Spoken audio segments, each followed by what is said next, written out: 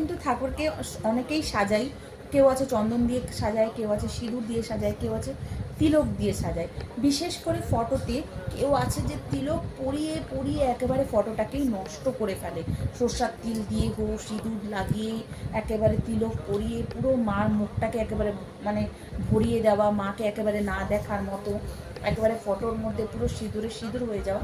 আজকে আমি যেই কাজটা বলবো আপনারা যদি করেন, দেখতেও সুন্দর লাগবে, আপনাদের ফটোটাও, মার ফটোটাও নষ্ট হবে না, বা কোনো দাগ ছোপ থাকবে না। যেটা হচ্ছে আপনারা ফটো গঙ্গা জল দিয়ে, যেটা এর আগে ভিডিও বলেছি আমি ঠাকুরকে কী দিয়ে মোছা উচিত, ওইটা দিয়ে মুছবেন। তারপরে চন্দনের ফোঁটা দিয়ে ওর ওপরে আপনি সিঁদুর দেবেন, দেখবেন খুব সুন্দর একটা গ্লো আসবে, একটা লুক আসবে, একটা খুব মানে দেখলেই পরে একটা খুব পছন্দ হওয়ার মতো।